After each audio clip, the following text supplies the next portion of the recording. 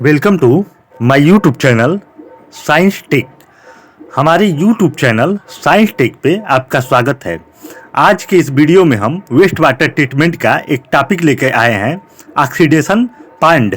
Oxidation पांड क्या होता है, इसके बारे में हम पढ़ेंगे। तो आइए वीडियो को स्टार्ट करते हैं। ऑक्सीडेशन पांड जो होता है एक ऐसा सिस्टम होता है जिसको हम लैगून या स्टेबलाइजेशन पांड भी कहते हैं। यह लार्ज स्वैलो पांड होता है। इसका यूज वेस्ट वाटर ट्रीटमेंट में किया जाता है। ऑक्सीडेशन पांड वेस्ट वाटर का ट्रीटमेंट के लिए सनलाइट, बैक्टीरिया और एल्गी के इंटरेक्शन से होता है। वेस्ट वाटर का ट्रीटमेंट सनलाइट, बैक्टीरिया और एल्गी के इंटरेक्शन से होता है। एल्गी जो होते हैं पांड में ग्रो करते हैं और सनलाइट, सूर्य का प्रकाश और कार्बन डाइऑक्साइड CO2 का यूज करके फोटोसिंथेसिस करते हैं, क्योंकि एल्गी में क्लोरोफिल पाया जाता है।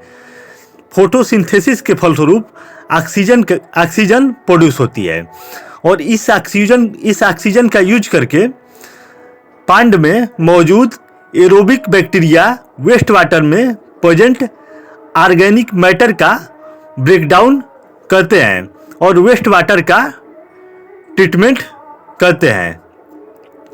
ये देखिए, यहाँ लेफ्ट में लोअर साइड में ऑक्सीडेशन पांड की इमेज को दिखाई गई है। अब ब्रेकडाउन होने के बाद जो सॉलिड नीचे की तरफ सेटल हो जाता है और इस तरह इफ्लुएंट वाटर का ट्रीटमेंट होता है। ये देखिए, नीचे की तरफ सॉलिड सेटल हुआ है। अब ऑक्सीडेशन पांड में वेस्ट वाटर कैसे इंटर करता है, तो ऑक्सीडेशन पांड में वेस्ट वाटर के इंटर करने के लिए इनलेट सिस्टम होता है। इनलेट सिस्टम के थ्रू वेस्ट वाटर ऑक्सीडेशन पांड में इंटर करता है। अब यहाँ पे वेस्ट वाटर इनलेट सिस्टम के थ्रू जैसे ही ऑक्सीडेशन पांड में इंटर करता है तो वेस्ट वाटर में जो भी ऑर्गेनिक मैटर प्रेजेंट होता है, जिसको ऑक्सीडेशन पांड में प्रेजेंट बैक्टीरिया इनऑर्गेनिक कंपाउंड में ब्रेक डाउन करते हैं तथा साथ ही साथ कार्बन डाइऑक्साइड का भी प्रोडक्शन करते हैं।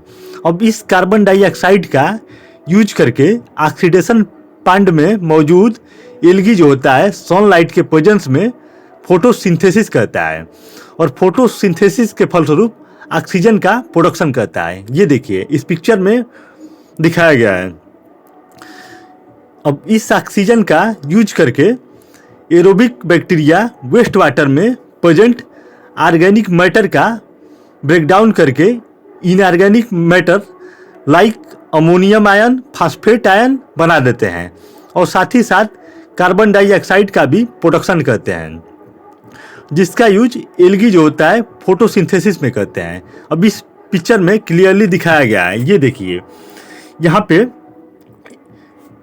के अलावा जो भी ऑर्गेनिक मैटर एरोबिक बैक्टीरिया के द्वारा नहीं डिग्रेड हो पाता है तो वह नीचे की तरफ सेटल डाउन हो जाता है, जिसको हम स्लज बोलते हैं।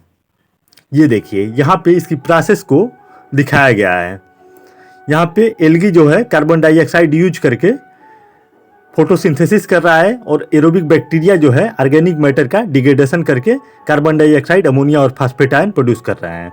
अब यहाँ पे स्लज में प्रेजेंट ऑर्गेनिक मैटर को इन एरोबिक बैक्टीरिया पहले ऑर्गेनिक एसिड में ब्रेक डाउन करते हैं। इसके बाद further organic acid break down होकर अमोनिया, मीथेन, कार्बन डाइऑक्साइड और हाइड्रोजन सल्फाइड रिलीज करते हैं। इस पिक्चर में लोअर साइड में दिखाया गया है कि एनारोबिक बैक्टीरिया कैसे ऑर्गेनिक मैटर को ऑर्गेनिक एसिड और methane, ammonia, hydrogen sulphide, carbon dioxide में चेंज करते हैं। अब इसमें एक फैकल्टेटिव जोन होता है, एरोबिक जोन, एनारोबिक जोन और फैकल्टेटिव जोन होता है। तो फैकल्टेटिव जोन जो होता है एरोबिक जोन और एनारोबिक जोन के बीच में पाया जाता है। फैकल्टेटिव जोन में एरोबिक और एनारोबिक दोनों टाइप के बैक्टीरिया पाए जाते हैं। यह एक इंटरमीडिएट स्टेट होती है। इनमें पाए जाने वाले बैक्टीरिया दोनों जोन में काम करते हैं। इस तरह से वेस्ट वाटर का ट्रीटमेंट होता है और ट्रीटेड वाटर आउटलेट सिस्टम के द्वारा बाहर निकल जाता है। ये देखिए इस पिक्चर में पूरी प्रोसेस को क्लियर दिखाया गया है। यहाँ पे इन्फ्लुएंट इंटर कर रहा है और इफ्लुएंट बाहर की तरफ निकल रहा है। अब हम देखें ऑक्सीडेशन पांड में ऑक्सीडेशन और रिडक्शन दोनों रिएक्शन होती है, मतलब ऑक्सीडेशन और रिडक्शन दोनों प्रोसेस चलती है, इसलिए इसे रेडॉक्स पांड भी बोलते हैं। रेडॉक्स रिएक्शन का मतलब होता है कि ऑक्सीडेशन और रिडक्शन रिएक्शन जब दोनों साथ चलती है तो उसको रेडॉक्स रिएक्शन बोलते हैं।